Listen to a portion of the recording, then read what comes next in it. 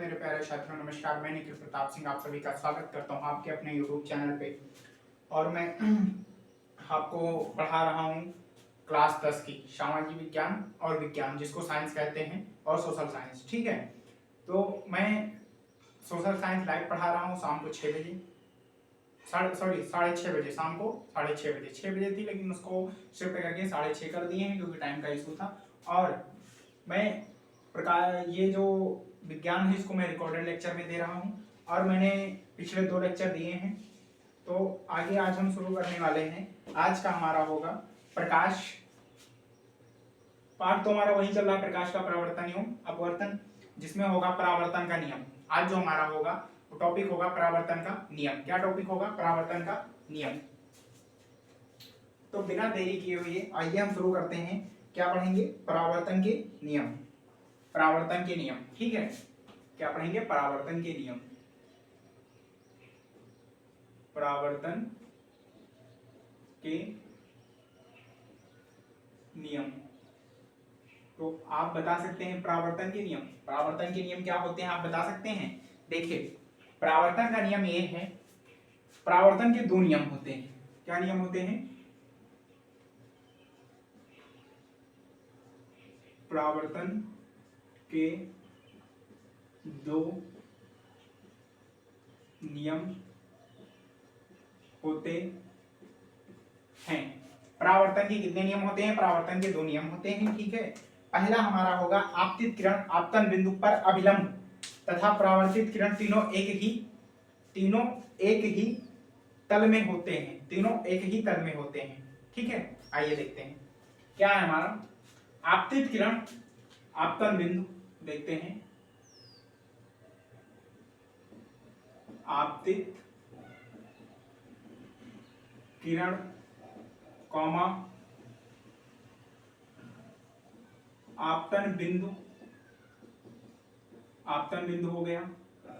फिर पर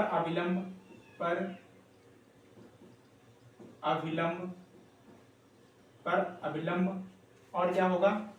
पर अभिलंब तथा परावर्तित किरण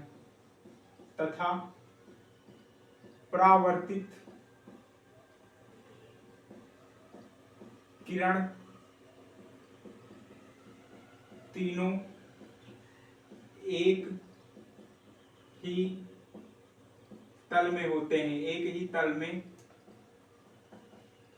होते हैं। ये चीज क्लियर हुई आपको?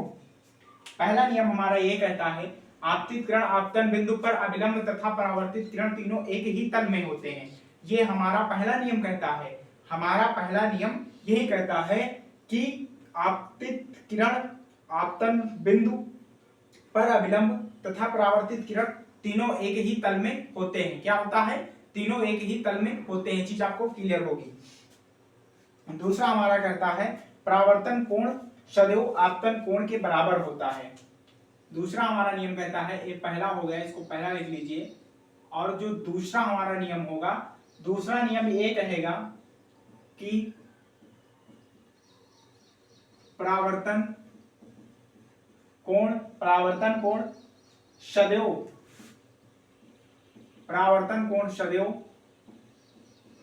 आपतन कोण के बराबर होता है। के क्या होता है? के बराबर होता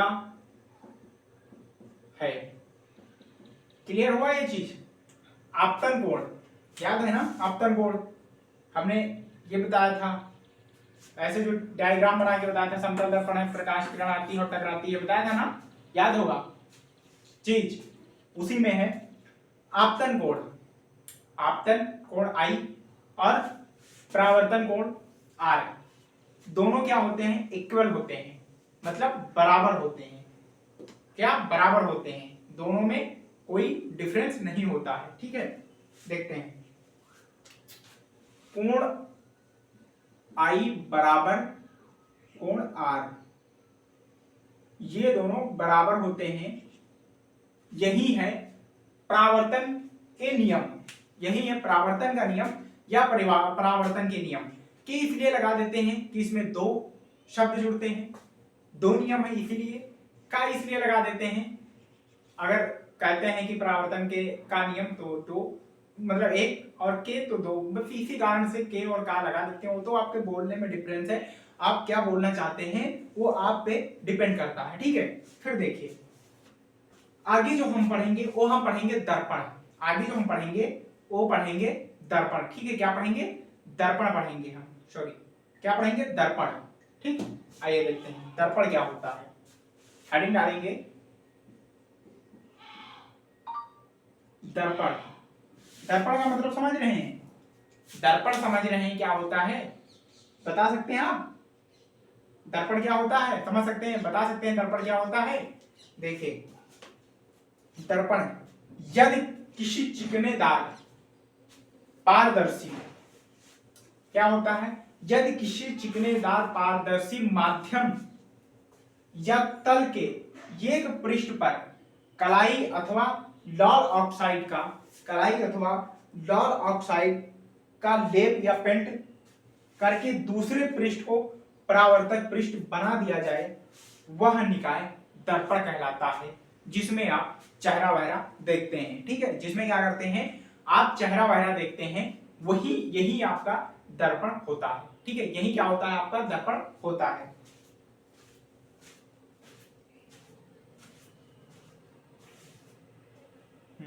दिख तो रहा है क्लियर, ठीक है। यही आपका क्या होता है? यही आपका दर्पण होता है। अब हम लिख ही लेते हैं दर्पण, लिख लेते हैं दर्पण। क्या लिखेंगे? यदि किसी चिकने पारदर्शी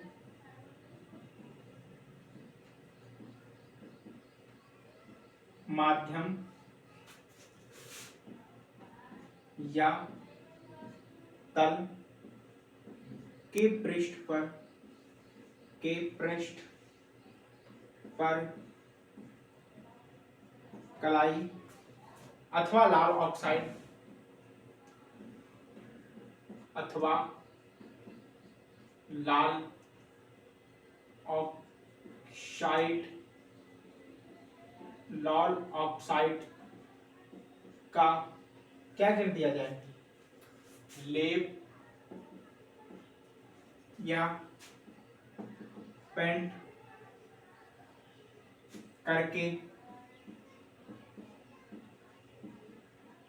दूसरे पृष्ठ को क्या किया जाए? दूसरे पृष्ठ को परावर्तक पृष्ठ बना दिया जाए, बना दिया जाए, परावर्तक पृष्ठ बना दिया जाए, तो वह क्या होगा? तो वह निकाय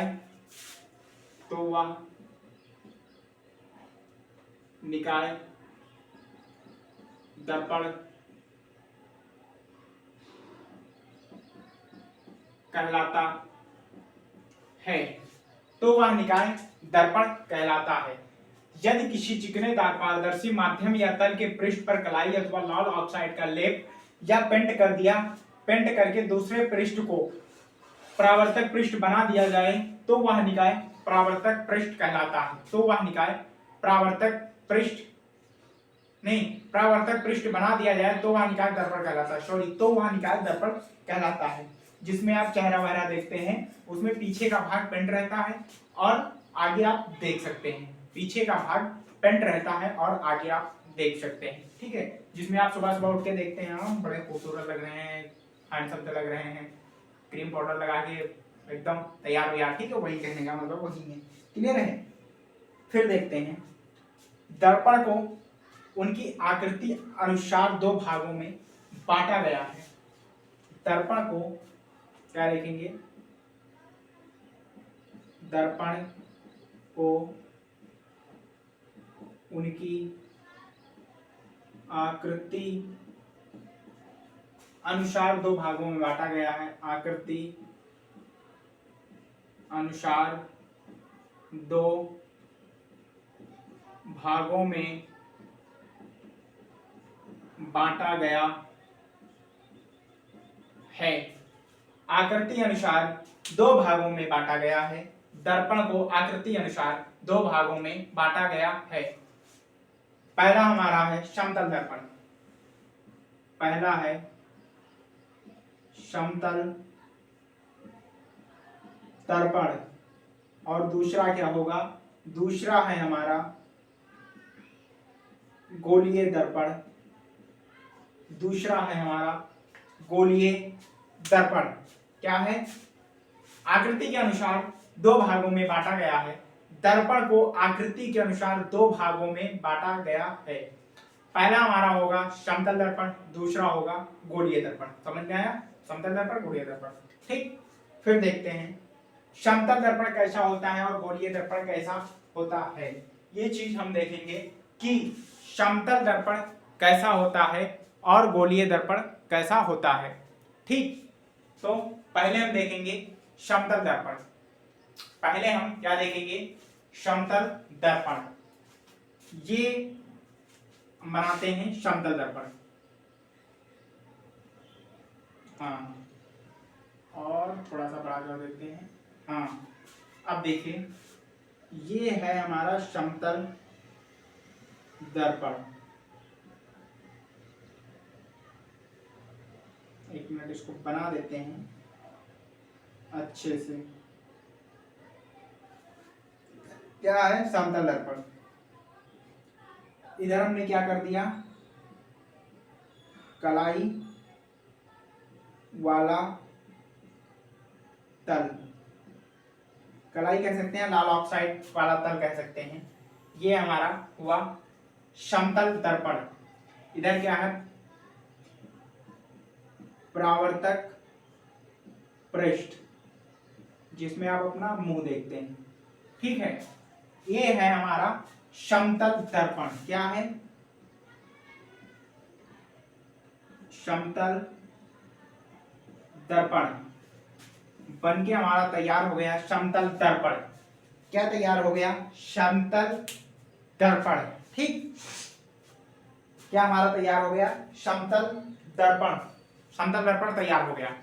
फिर देखते हैं गोलीय दर्पण। गोलीय दर्पण, एक सेकंड।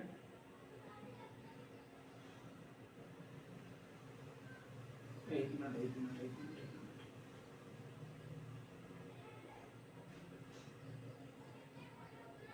ये हमारा हो गया गोलीय दर्पण। ठीक है, ये क्या हो गया? गोलीय दर्पण हो गया। ये हमारा हो गया, बना देते हैं कलाई अथवा लाल ऑक्साइड वाला पेंट।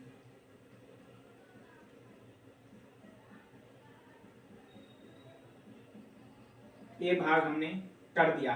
ये हमारा क्या कहलाएगा? ये गोलीय दर्पण कहलाएगा। ये दोनों भाग हमारा हुआ गोलीय दर्पण। ये हमारा बन गया गोलीय दर्पण। अब गोलीय दर्पण भी दो प्रकार के होते हैं। गोलीय दर्पण भी दो प्रकार के होते हैं, जिसमें उभरे हुए तल पे कलाई या लाल ऑक्साइड का पेंट होता है या लेप होता है, उसे अवतल दर्पण कहते हैं। और जिसमें अंदर की तरफ कलाई या पेंट होता है, उसको क्या कहते हैं? उत्तल दर्पण कहते हैं। ये उभरे हुए तल पे है और ये दबे हुए तल पे है। तो ये क्या? उभरे हुए तल पे जो है वो होगा हमारा अवतल दर्पण। अवतल दर्पण। ये हमारा क्या होगा? ये दबे हुए तल पे है, तो ये क्या होगा? उत्तल दर्पण। ये हमारे दर्पण हुए दो प्रकार के। क्या हुआ? ये हमारे दर्पण हुए दो प्रकार के। पहला दर्पण हमारा हुआ गोलीय दर्पण और दूसरा हुआ हमारा समतल दर्पण। ठीक है, और इन दोनों गोलीय दर्पण जो है, गोलीय दर्पण दो प्रकार के होते हैं। ये आप लोग समझ गए होंगे कि गोलीय दर्पण, ये आप लोग समझ गए होंगे कि गोलीय दर्पण दो प्रकार के होते हैं, ठीक है। समतल दर्पण तो हमने बना के ये बता दिया, गोलीय दर्पण ये बता दिया, उभरे हुए तल पे जो कलाई या पेंट होगा वो होगा अवतल दर्पण, जो दबे हुए या अंदर के भाग में कलाई या पेंट होगा वो होगा अवतल दर्पण, ठीक है, सॉरी उत्तल दर्पण। अब हमें लगता है कि इसको इससे ज्यादा समझाने की जरूरत नहीं है, आप समझ गए होंगे, इससे ज्यादा इसे समझाने की जरूरत नहीं है, आप समझ गए होंगे, ठीक है।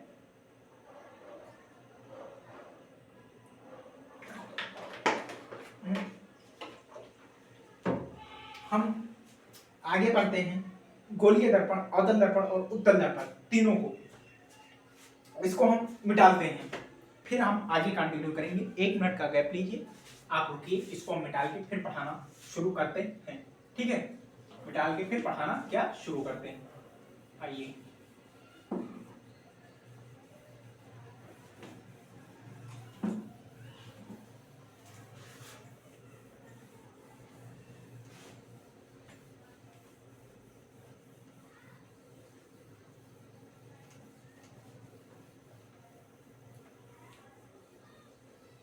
हम क्या देखेंगे, गोलीय दर्पण, क्या देखेंगे, गोलीय दर्पण, क्या देखेंगे हम, गोलीय दर्पण, ठीक है।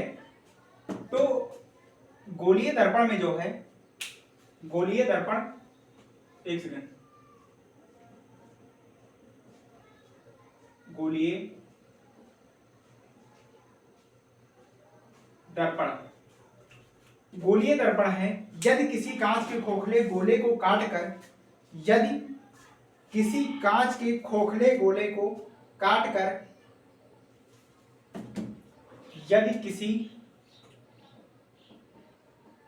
यदि किसी कांच के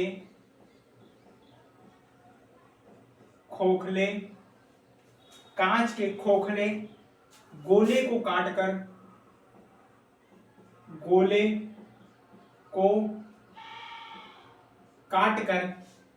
गोले को काटकर उसके एक पृष्ठ को काटकर, उसके एक पृष्ठ को काटकर, उसके एक पृष्ठ को चांदी की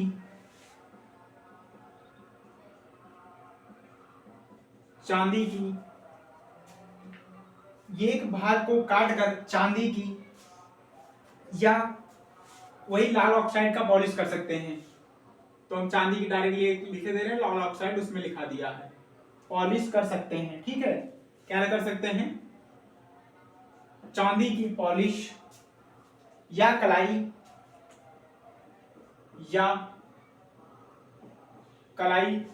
चांदी के पॉलिश या कलाई कर दी जाए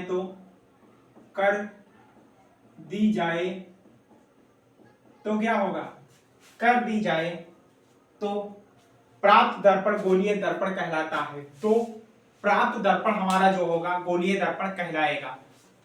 तो एक सेकंड, तो प्राप्त दर्पण गोलीय दर्पण कहलाता है। प्राप्त दर्पण क्या कहलाता है, गोलीय दर्पण कहलाता है, ठीक है। प्राप्त दर्पण क्या कहलाता है, गोलीय दर्पण कहलाता है।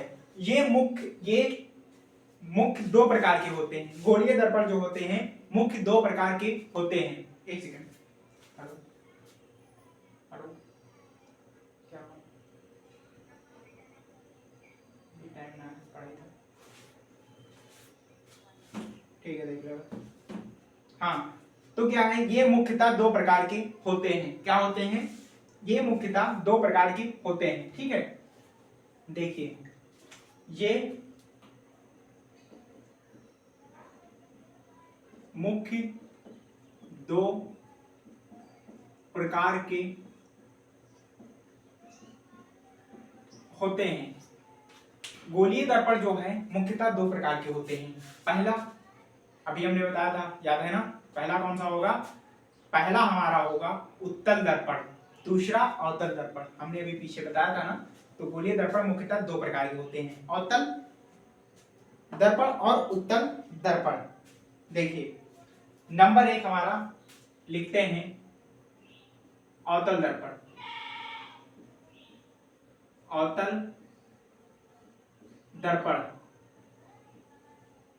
ये हमारा पहला हुआ अवतल दर्पण। अवतल दर्पण क्या है? वह गोलीय दर्पण जिसका परावर्तक पृष्ठ अंदर की ओर, जिसका परावर्तक पृष्ठ अंदर की ओर दबा हुआ होता है, अर्थात परावर्तन उभरे हुए तल पे होता है, अतः परावर्तन दबे हुए तल पे होता है, उभरे हुए तल पे नहीं, दबे हुए तल पे होता है, वह अवतल दर्पण कहलाता है। वह क्या कहलाता है? अवतल दर्पण कहलाता है। देखते हैं, वह गोलीय दर्पण जिसका परावर्तक पृष्ठ अंदर की ओर दबा होता है, वह गोलीय दर्पण, वह गोलीय दर्पण जिसका परावर्तक पृष्ठ अंदर की ओर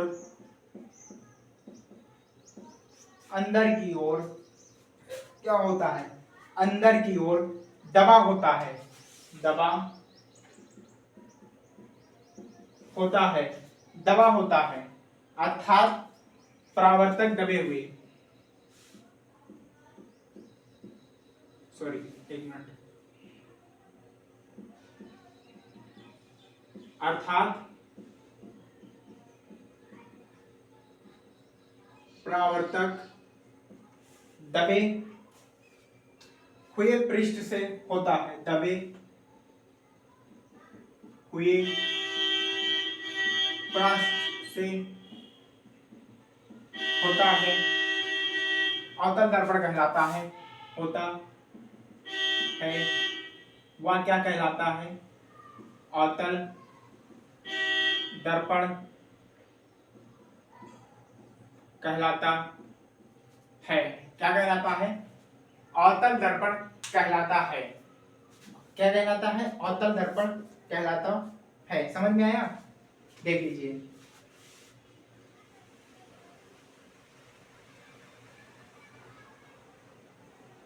एक मिनट, हाँ,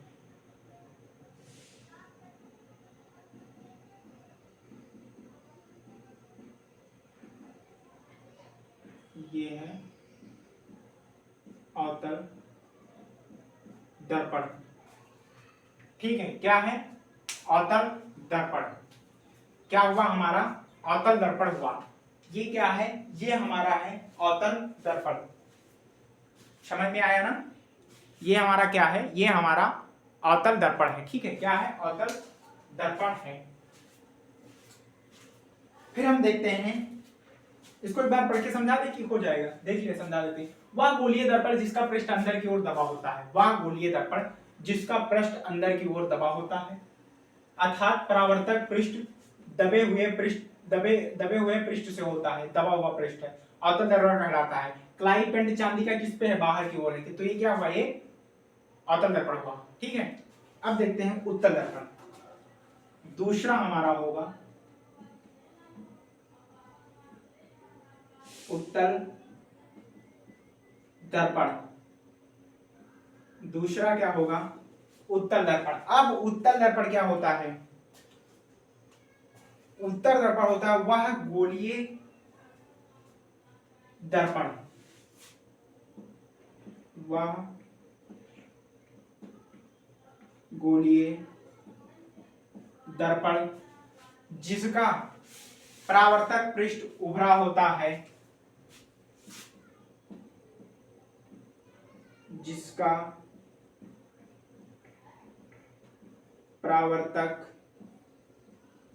पृष्ठ क्या है? परावर्तक पृष्ठ उभरा होता है, अर्थात परावर्तक पृष्ठ उभरे पृष्ठ से होता है, उभरा होता है। अर्थात परावर्तक पृष्ठ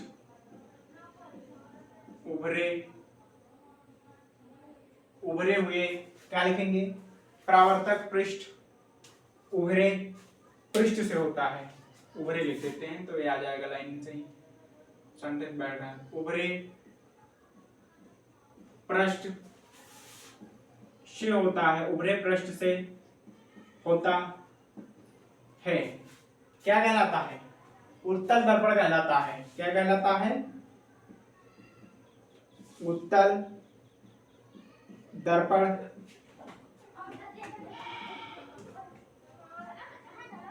कहलाता है, उत्तल दर्पण कहलाता है। अब उत्तल दर्पण कैसे बनेगा, इसको भी बना देते हैं।